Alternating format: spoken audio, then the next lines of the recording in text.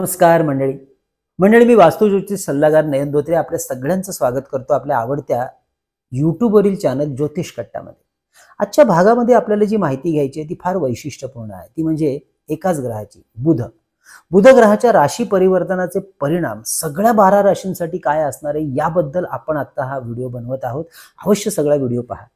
या बुध ग्रहाचं 4 सप्टेंबर पासून बुध ग्रह सिंह राशीमध्ये 23 सप्टेंबर पर्यंत येतोय, म्हणजे रवी ग्रहाच्या राशीमध्ये. रवी आणि बुध हे दोन्ही ग्रह एकमेकांचे मित्र ग्रह असल्यामुळे साहजिकच रवीच्या सिंह राशीमधील बुध ग्रहाची फळं ही शुभ असणार आहेत. नक्की काय बरं शुभ किंवा अशुभ फळं मिळणार आपल्या राशीसाठी अवश्य घ्या जाणून या व्हिडिओमध्ये. तसेच या विषयाच्या निमित्ताने बुध ग्रहाचे गुणवैशिष्ट्य ज्योतिषशास्त्रातलं सुद्धा आपल्याला समजून घ्यायचं आहे. तेवढंच निमित्त ग्रहांबद्दलची माहिती.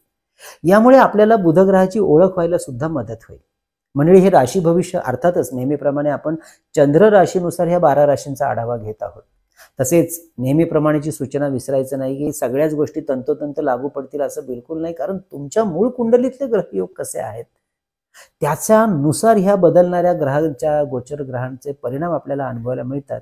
इथे बुध ग्रह महत्वाचा आहे, त्यामुळे तो आपल्या कुंडलीत कसा आहे अवश्य तपासून घ्या.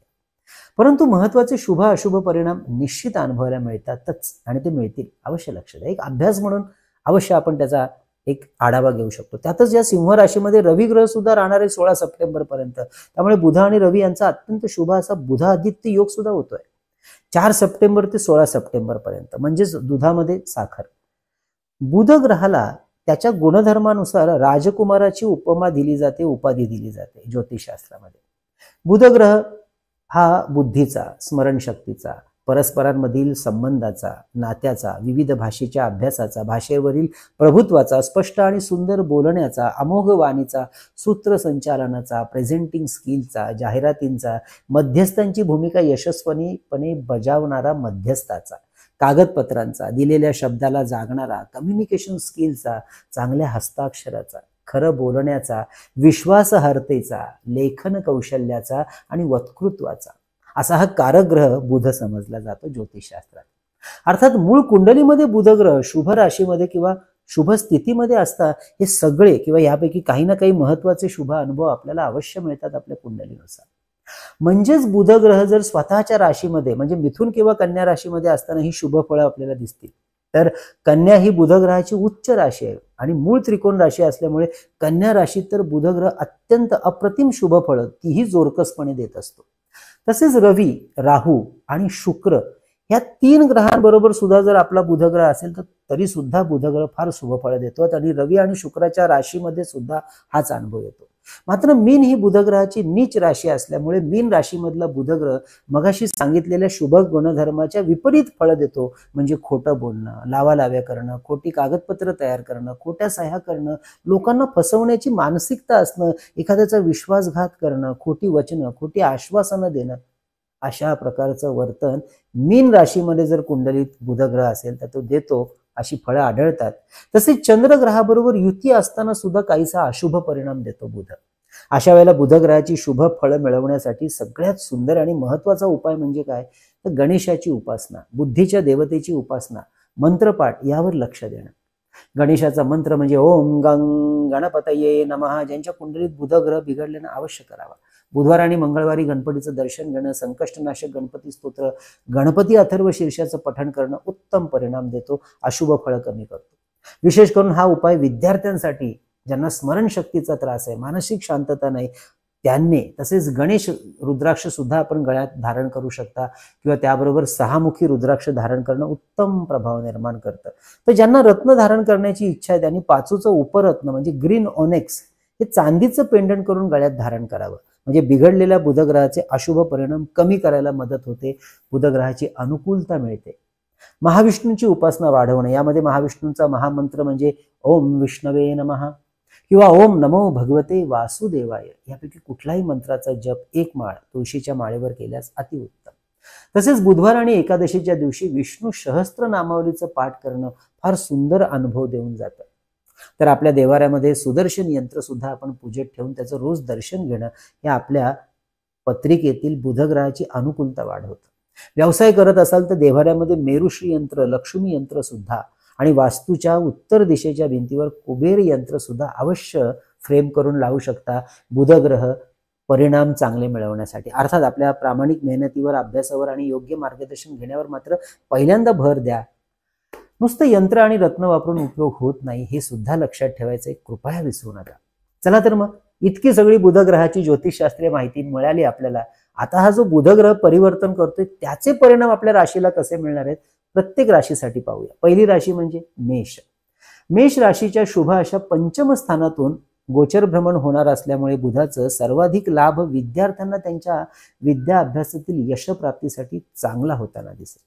या काळामध्ये काही महत्वाच्या परीक्षा देणार असल्यास यशाची खात्री चांगली राहील. सरकारी कागदपत्रांची कामं या काळामध्ये करून घेण्यासाठी जर आपण प्रयत्न वाढवताय तर ती कामं बरेपैकी यशस्वीपणे पूर्णत्वाला जातील. तसेच आपल्या राशीच्या पालकांना आपल्या मुलांच्या प्रगतीचा सार्थ अभिमान वाटेल असे प्रसंग आपल्या मेष राशीच्या पालकांना अनुभवायला मिळतील. मुलांच्या शैक्षणिक तसेच आर्थिक प्रगतीसाठी काही नवीन निर्णय पालकवर्ग घेणार असाल मेष राशीची तर अवश्य घ्या. नियोजन करू शकता, निर्णय घेऊ शकता. तसेच ज्यांना संतती विषयातला निर्णय घ्यायचा आहे अवश्य विचार करू शकता, कारण पंचम स्थान हे उच्च शिक्षणाचं तसेच संततीचं स्थान सुद्धा आहे. ज्यांना प्रेम संबंधात विवाहाचा निर्णय घ्यायचा आहे त्यांनी सुद्धा निर्णय घ्यायला हरकत नाही. दुसरी राशी म्हणजे वृषभ. वृषभ राशीच्या चौथ्या घरातून चतुर्थ स्थानातून बुध गोचर भ्रमण करतोय. नवीन घरात गृहप्रवेशाचे योग तयार करतोय. तर ज्यांना आपल्या जुन्या घराचं नूतनीकरण, सजावट, इंटेरियर करायचं आहे त्यांच्यासाठी सुद्धा हा कालखंड उत्तम अनुभूती देणारा राहील. भूमी, भवन, वाहन यांच्या खरेदीचे योग तयार होत आहेत. नवीन व्यवसाय आणि व्यापाराच्या वाढीसाठी महत्वाचे निर्णय या कालखंडामध्ये घेणं आपल्यासाठी राहील फायद्याचं. आध्यात्मिक अनुभूतीसाठी हा कालखंड आपल्याला अनुकूलता वाढवणारा राहतो आहे. अवश्य घ्या ती अनुभूती. ज्यांना नव्याने मेडिटेशन, योग, निसर्गोपचार, आयुर्वेद चिकित्सा यांचा सल्ला घ्यायचा आहे, मार्गदर्शन घ्यायचं आहे त्यांच्यासाठी सुद्धा अवश्य या प्रकारचा निर्णय घ्यायला उत्तम कालखंड आहे. तर ज्यांना वाचनाची आवड आहे, ओढी आहे त्यांनी नवीन विषयांची पुस्तकं धुंडाळण्यासाठी, शोधण्यासाठी अवश्य प्रयत्न करावे. तिसरी राशी मिथुन. बुधग्रहाचीच राशी आणि या बुधग्रहाचं गोचर भ्रमण कुंडलीच्या तिसऱ्या घरातून म्हणजे पराक्रम स्थानातून सुरू राहणार आहे. आपल्या कार्यक्षेत्रामध्ये काही नवीन एक्सपेरिमेंट करण्यासाठी, कामाच्या पद्धतीमध्ये नवीन बदल करून घेण्यासाठी जर आपण प्रयत्नशील असाल तर अवश्य निर्णय घेऊ शकता या काळात. नवीन ओळखी, कामाच्या ठिकाणी नवीन प्रयोग, जागेमध्ये नवीन बदल यासाठी निर्णय घ्यायला हा कालखंड सकारात्मक परिणाम वाढवणारा आणि देणारा राहील. आपल्या कार्याच्या अनुषंगाने आपल्या भावंडांची आणि वडिलांची साथ या काळात आपल्या बाजूने उत्तम मिळणार आहे. तेव्हा अवश्य त्यांचं सहकार्य सुद्धा आपण आपल्या कार्यात घेऊ शकता. हे तिसरं घर जवळपासच्या प्रवासाचं स्थान म्हणून ओळखलं जातं, त्यामुळे कामानिमित्ताने या काळात प्रवास सुद्धा घडतील. विशेष करून अचानकपणे एखाद्या धार्मिक स्थळाला धार्मिक कार्याच्या निमित्ताने भेट देण्याचं होईल. लेखन, पर्यटन, event management, blogs writing, travels and tourism, publications, printing, press, किराणा, social media, courier services, medical, stationery अशा कार्यक्षेत्राशी संबंधित कार्यरत असलेल्या आपल्या मंडळींना नोकरी असेल, व्यवसाय असेल, विशेष लाभाचा, कार्यवृद्धीचा राहणार आहे हा कालखंड. तर ज्यांना नव्याने या क्षेत्रामध्ये पदार्पण करायचं आहे, मानस आहे, त्यांच्यासाठी सुद्धा हा कालखंड शुभ आहे. थोडक्यात काय तर भाग्योदयाचा अनुभव या काळात आपल्या राशीला मिळताना दिसेल. चौथी राशी येते ती म्हणजे कर्क, चंद्राची राशी. कर्क राशीच्या दुसऱ्या घरातून म्हणजे कुटुंबस्थान, वाचास्थान असं आपण त्याला ओळखतो, त्याच्यातून होणार आहे भ्रमण ह्या बुधग्रहाचं. या काळामध्ये आपल्या कुटुंबाच्या हितासाठी काही महत्वाचे निर्णय घ्यावे लागले तर अवश्य घ्यावे लागतील. तर कुटुंबाच्या आर्थिक हितसंबंधासाठी काही नवीन गुंतवणुकीच्या नवीन पर्यायांवरती काम करण्यासाठी सुद्धा हा कालखंड अनुकूलता वाढवतोय. आपल्या मध्यस्थीमुळे कुटुंबातील काही महत्वाचे मतभेद लोकांमध्ये निर्माण झालेले कमी करण्यासाठी, कुटुंबातील सामंजस्य वाढवण्यासाठी, निर्माण करण्यासाठी मदत होईल. धनसंपत्ती, कुटुंब या संदर्भात जी काही आपली मेहनत आपण घेत होतात त्यामध्ये बऱ्यापैकी दिशा मिळायला या काळात आपल्याला मदत मिळेल. त्याचप्रमाणे काही व्यावहारिक निमित्ताने स्थानांतर होण्याचा सुद्धा प्रसंग या काळात येऊ शकतो. अशा वेळेला अत्यंत अभ्यासपूर्ण रीतीने आपल्याला निर्णय घेणं महत्वाचं राहील. घाई करू नका, नाहीतर आपल्या विचारांमध्ये एखादी नकारात्मक विचारांची परिणामकता सुद्धा वाढू शकते, जे चांगलं नाही. एकंदरीत काय तर आपल्या व्यक्तिमत्वामधील चार्म वाढवायचं असेल तर थोडे जाणीवपूर्वक प्रयत्न करावे लागतील. दाताच्या किंवा डोळ्यांच्या तक्रारीवरती काम करण्यासाठी योग्य डॉक्टरी सल्ला घेण्यासाठी अवश्य ह्या वेळेचा वापर करा. तर ज्यांना नव्याने भाषेचा अभ्यास, संभाषण कौशल्य, हस्ताक्षर यावर काम करायचं आहे, तर काही अडलेली सरकारी कागदपत्रांची कामं पूर्ण करून घ्यायची आहेत, तर अवश्य या काळात आपले प्रयत्न वाढवा. काही आर्थिक सरकारी योजनांचा लाभ घेण्यासाठी कालखंड लाभाचा राहील. मात्र गुंतवणूक करतेवेळी सावधानता ठेवणं आवश्यक आहे या संपूर्ण कालखंडात. चौथ्या राशीनंतर येते अर्थात पाचवी म्हणजे रवी ग्रहाची पाचवी सिंह राशी. राशीच्या प्रथम स्थानामध्ये असणार आहे बुध ग्रह. शिवाय 16 तारखेपर्यंत होणारा बुध आदित्य योग रवी ग्रह पण असणार आहे. आपल्या व्यक्तिमत्वाला एका चांगल्या उंचीवर घेऊन जायला मदत करणार आहे. या काळामध्ये आपलं व्यक्तिमत्व अजून बहारदार होईल. आपला आत्मविश्वास कमालीचा वाढल्याचा अनुभव याच काळात आपल्याला यायला लागेल. आपल्या कार्यक्षेत्राला, आपल्या व्यवसाय उद्योगाला नव्या उंचीवर न्यायला सगळ्या बाजूने सहकार्य मिळताना दिसेल. सरकारी क्षेत्रातून योग्य ते मार्गदर्शन, तिथूनही सहकार्य मिळेल. यशाचा मार्ग प्रशस्त होईल. समाजातील, कुटुंबातील मानसन्मान वाढतील. परिवारातील सामंजस्य आणि वैचारिक संतुलन राखण्यासाठी आपण केलेल्या कार्याला यश मिळेल. एखादा पुरस्कार या काळात आपल्याला मिळून आपल्या कार्याचा गुणगौरव सुद्धा होईल. मार्केटिंग, HR, मॅनेजमेंट, मेडिकल अशा क्षेत्रामध्ये असलेल्या आपल्या राशीच्या नोकरदार मंडळींना काही चांगल्या लाभाच्या संधी सुद्धा याच काळात मिळण्याची शक्यता वाढलेली आहे. 6वी राशी आहे ती म्हणजे बुध ग्रहाची कन्या.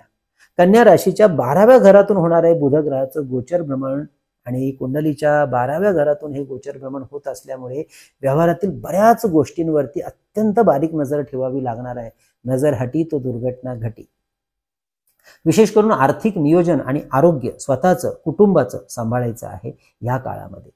मानसिक ताणतणाव यापासून दूर राहण्याचा प्रामाणिक प्रयत्न आपल्याला करावा लागेल आणि अत्यंत तो आवश्यक सुद्धा असेल. या काळामध्ये जवळचे किंवा लांबचे प्रवास करत असाल तर सावधानता ठेवा. आरोग्याच्या आणि खर्चाच्या बाबतीमध्ये ब्लड प्रेशर, वातविकार, पित्त या आजारांवरती लक्ष ठेवा. शक्य झालं तर योग, मेडिटेशन, आध्यात्मिक साधना यावर जरा जास्त भर द्या. अनावश्यक खर्च वाढणार नाहीत याकडे लक्ष द्या. दुर्लक्ष करू नका. तरीही जी मंडळी इम्पोर्ट एक्सपोर्ट क्षेत्रामध्ये कार्यरत आहेत त्यांच्यासाठी मात्र हा कालखंड लाभाचा राहणार. तर परदेशात असलेल्या मंडळींना या महिन्यात कोणत्या ना कोणत्या मार्गाने लाभ मिळवून द्यायला, सरकारी मदत मिळायला मदत मिळणार आहे. आणि हो मंडळी, आपल्याला सुद्धा आपल्या वैयक्तिक कुंडलीचं किंवा वास्तूचं सशुल्क मार्गदर्शन आमच्याकडून करून घ्यायचं असेल, आपल्या करिअरची निश्चित दिशा जाणून घ्यायची असेल आणि काय लपलेलं आहे आपल्या कुंडलीमध्ये रहस्य आपल्या जीवनाबद्दल हे जाणून घेण्याकरता अवश्य आमच्या कार्यालयाच्या व्हॉट्सअप नंबरवरती मेसेज करून कशा प्रकारे दिलं जातं आपल्याला मार्गदर्शन याची आधी माहिती घ्या आणि नंतर आपली अपॉइंटमेंट बुक करा. हे कुंडली मार्गदर्शन, वास्तू मार्गदर्शन फोनवरून ऑनलाईन पद्धतीने करत असल्यामुळे देशातून किंवा परदेशातून सुद्धा आपण आमच्याकडून सहज मार्गदर्शन घेऊ शकता आमच्या इतर क्लायंट्स प्रमाणे. आणि यासाठी आमचा संपर्क नंबर नेहमी थंबनेलवर आणि खाली डिस्क्रिप्शनमध्ये दिलेला असतो 9892156163. चला बरं, आता सरकूया पुढच्या भागाकडे. मध्ये आपण इंटरव्ह्यू केला 7व्या राशी. 7वी राशी म्हणजे तूळ, शुक्र ग्रहाची राशी. या तूळ राशीच्या लाभस्थानातून बुध ग्रहाचं गोचर भ्रमण होणार आहे. सोबतीला असणार आहे रवी ग्रह. बुध आदित्य योग तयार करतोय तोही लाभस्थानामध्ये तूळ राशी करता. हा बुध आदित्य योग फार महत्वाचा राहणार आहे आपल्या राशीला, कारण तूळ राशीसाठी बुध हा भाग्यस्थानाचा ग्रह आणि रवी हा लाभस्थानाचा स्वामी ग्रह दोन्ही एकत्र येत आहेत या काळात. त्यामुळे लाभस्थानातून गोचर भ्रमण करतायत. त्यामुळे हा कालखंड तूळ राशीसाठी भाग्याचा आणि सगळ्या प्रकारच्या लाभाचा राहणार आहे. आपल्या मेहनतीला, कष्टाला भाग्याची साथ मिळणारा राहणार आहे. बरीच रखडलेली कामं बऱ्याच कालखंडापासून, सरकारी कामं, कागदपत्रांची कामं, व्यवहाराची कामं, आर्थिक गोष्टीची कामं मार्गी लागण्यासाठी अवश्य आपण जर योग्य नियोजन आणि मेहनत घेताय तर यशाची निश्चित हमी देणारा हाच तो कालखंड. शिवाय आपल्या कार्यामध्ये आपले जवळचे लोक, आपले मित्र परिवार, वडीलधारी मंडळी, वरिष्ठ अधिकारी, वडील यांचं सहाय्य, मार्गदर्शन मिळण्यासाठी सुद्धा अनुकूलता वाढवणारा राहणार आहे रवी आणि बुधाचा सुंदर बुधादित्य योग. काही सरकारी योजनांचा लाभ सुद्धा पदरात पडेल. नवीन ओळखी होतील ज्याचा लाभ आपल्याला कार्याच्या ठिकाणी होताना दिसेल. पंचम स्थानावर याची दृष्टी पडत असल्यामुळे विद्यार्थ्यांना सुद्धा हा योग शुभ परिणाम वाढवताना दिसतो आहे. 8वी राशी म्हणजे मंगळ ग्रहाची वृश्चिक राशी. वृश्चिक राशीच्या 10व्या म्हणजे कर्मस्थानातून होणार आहे बुध ग्रहाचं गोचर भ्रमण आणि रवी बुधाचा बुध आदित्य योग, जो आपल्या करिअर कार्यक्षेत्रात यशस्वी होण्यासाठी राहणारे अत्यंत अनुकूल आपल्याला साथ देणार. एखाद्या नवीन कार्याशी नव्याने जोडण्यासाठी, नवीन कार्य सुरू करण्यासाठी, संधी मिळवण्याचा तसेच कार्यारंभ करण्यासाठी अवश्य आपण जर विचार करत असाल तर हाच तो कालखंड. सरकारी अधिकारी, राजकारणी यांच्याशी असलेल्या संबंधांचा लाभ या काळात आपल्याला चांगल्या अर्थाने होताना दिसेल. वडिलांची साथ तर मिळेलच, तर वडिलोपार्जित व्यवसायामध्ये आणि कार्यक्षेत्रामध्ये पदार्पण करायचा जर विचार करत असाल तर अवश्य विचार करू शकता.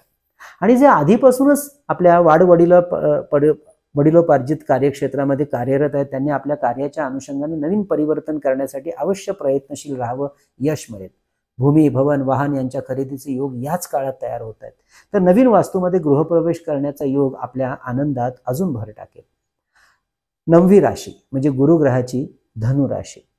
धनुराशीच्या भाग्यस्थानातून होणार आहे, म्हणजे 9म स्थानातून बुध ग्रहाचं गोचर भ्रमण, तसेच रवी आणि बुधाचा बुध आदित्य शुभयोग आपल्यासाठी असणाऱ्या अत्यंत भाग्य वृद्धी करणारा भाग्यकारक. रवी आपल्या राशीचा भाग्यस्थानाचाच ग्रह असून बुध सप्तमेश आहे आणि याचा सगळ्यात लाभ त्यामुळे होणार आहे व्यावसायिक मंडळींना आपल्या राशीच्या व्यवसाय वृद्धीसाठी.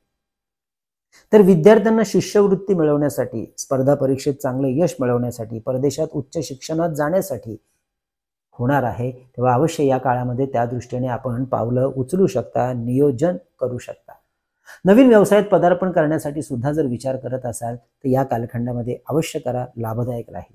कामाच्या ठिकाणी वरिष्ठांची, कुटुंबात वडीलधारी मंडळींची आणि वडिलांची साथ आपल्या कुटुंबामध्ये उत्तम रीतीने मिळताना दिसेल. आपल्या कार्यक्षेत्रात पितृक संपत्तीचा वाद असल्यास मार्ग निघतील. कार्याच्या अनुषंगाने काही नवीन संधी या काळामध्ये आपल्या भाग्याला गती देण्याचं सुद्धा काम करतील. परंतु अशा संधीचा योग्य लाभ योग्य वेळेत आपल्याला मात्र घ्यायचा आहे. तेव्हा निर्णय घ्यायला उशीर करू नका. योग्य व्यक्तींचं मार्गदर्शन घ्या आणि व्हा पुढे, कारण आपली राशी द्विधा मनस्थितीची आहे, त्यामुळे मार्गदर्शन घ्यायला विसरू नका. 10वी राशी शनी ग्रहाची मकर.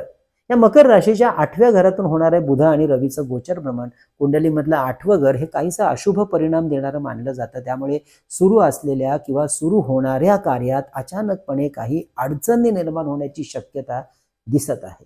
तर काही ठिकाणी मात्र काम थांबवावं सुद्धा लागेल. अर्थात हे काही दिवसांसाठी असेल. त्यामुळे अशा वेळी त्या परिस्थितीचं अवलोकन करणं, परिस्थितीचा अभ्यास करणं आणि त्यातून नवीन मार्गाची आखणी करणं महत्त्वाचं ठरतं. स्वस्थ बसून चालणार नाही आणि निराश होऊन सुद्धा. वडिलांची सुद्धा सामंजस्याने घ्यावं लागणार आहे. कुठल्याही प्रकारचे गैरसमज निर्माण होणार नाहीत याची काळजी अवश्य घ्या. अशा वेळेला आपल्या इष्टदेवतेची उपासना वाढवणं महत्त्वाचं राहतं आणि बुद्धीने त्या परिस्थितीकडे पाहून मार्ग काढणं महत्त्वाचं राहतं. आपलं मनोबल खच्ची होणार नाही यासाठी नकारात्मक लोकांपासून आणि विचारांपासून मात्र लांब राहा. तसेच आरोग्याची घ्या काळजी. 11वी राशी म्हणजेच शनी ग्रहाचीच कुंभ राशी. कुंभ राशीच्या 7व्या घरातून होणारं बुध ग्रहाचं हे गोचर भ्रमण व्यावसायिक मंडळींना मात्र अधिक अनुकूल राहणार आहे. आपल्या कार्यक्षेत्रात, व्यवसायात, नोकरीमध्ये अनुकूल वातावरणाची निर्मिती होऊन लाभ पदरात पडायला मदत मिळेल. तर व्यवसायामध्ये नवीन प्रॉडक्ट इंट्रोड्यूस करण्यासाठी, नवीन प्रॉडक्ट आणण्यासाठी होईल फायदा. बुध ग्रह हा 5म स्थानाचा स्वामी ग्रह असल्यामुळे विद्यार्थ्यांना विद्या अभ्यासामध्ये मनासारखं यश मिळायला मदत मिळेल. कॅम्पस प्लेसमेंट, जॉब प्लेसमेंटसाठी होणाऱ्या इंटरव्ह्यूमध्ये सुद्धा चांगलं यश मिळवू शकाल. प्रेमसंबंध, नवीन नातेसंबंध जुळून येतील.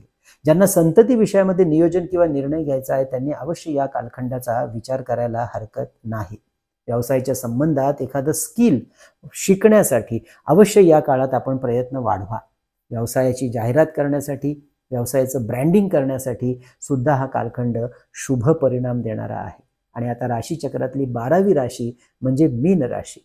या राशीच्या 6व्या घरातून होणार आहे बुध ग्रहाचं गोचर भ्रमण, सोबत रवी ग्रह असणार आहेच. या काळामध्ये नोकरदार मंडळींना आपल्या नोकरीमध्ये घ्यायची आहे काळजी. आपल्या वरिष्ठांशी जुळवून घेताना कोणत्याही प्रकारे कामाच्या ठिकाणी आपल्या वरिष्ठांना, कुटुंबातील वडीलधारी मंडळींना योग्य तो मान सन्मान मात्र द्यायला विसरू नका. म्हणजे त्रास होणार नाही आणि वाढणारही नाही. त्यांनी दिलेल्या सूचनांना बिलकुल दुर्लक्ष करून चालणार नाही. अवश्य त्यांच्या सूचना लक्षात घ्या. तर काही सरकारी नियमांकडे सुद्धा लक्ष द्या. काही सरकारी नियमांची पायमल्ली आपल्याकडून होणार नाही याकडे लक्ष द्यावं लागणार, नाही तर सरकारी नियमाचा फटका, भुर्दंड मात्र आपल्याला बसू शकतो. गुप्त शत्रूंच्या कारवाईकडे डोळेझाक होणार नाही याची सुद्धा दखल घ्यायची आहे. तसेच आपल्या काही जुन्या आरोग्याच्या समस्या असतील तर त्या बाबतीत सावधानता बाळगा. विशेष करून खाण्यापिण्याच्या संदर्भात विशेष काळजी घ्या. तर मंडळी, ही होती बुधग्रहाच्या गोचर भ्रमणाची आपल्या 12 राशींसाठीची माहिती. कशी वाटली अवश्य कळवा. विविध यंत्र, रुद्राक्ष, शंख, चैतन्य लहरी, सप्तशती गुरुचरित्र सार अशी पोथी मागवण्यासाठीची काही माहिती ना आम्ही खाली डिस्क्रिप्शनमध्ये दिलेली आहे. अवश्य जाऊन पहा आणि माहिती घ्या. तर मंडळी, असं ह्या बुधग्रहाचं गोचर भ्रमण आपल्या राशींसाठी कसं राहील, त्याचबरोबर बुधग्रहाची इतकी संपूर्ण माहिती आपण घेतली. विषय अवश्य कसा वाटला कळवायला विसरू नका आणि घ्या आनंद ह्या गणपती उत्सवाचा सुद्धा. गणपती बाप्पा मोरया.